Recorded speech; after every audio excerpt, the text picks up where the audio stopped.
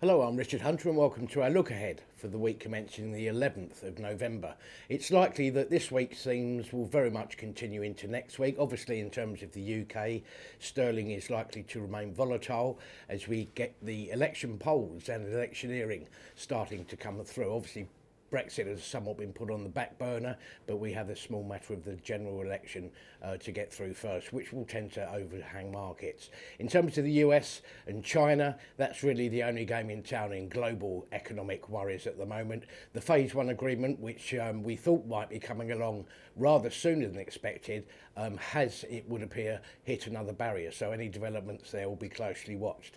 That being said, markets do remain on something of a roll. Certainly in the year to date, we've got the S&P still touching those record highs, up 23%. Dow Jones Industrial Average is up 19%. Nasdaq up 27%. In fact, even the FTSE 100 is still maintaining progress. It's up just under 10% in the year to date.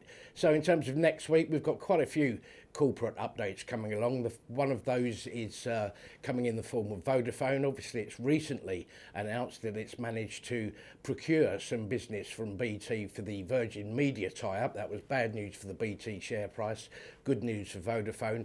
And with these half-year numbers, it will be interesting also to see whether there's any updates on the proposed IPO and spin-off of its Tower Co business. We've also got a trading statement from ITV. Obviously, the advertising market remains under pressure.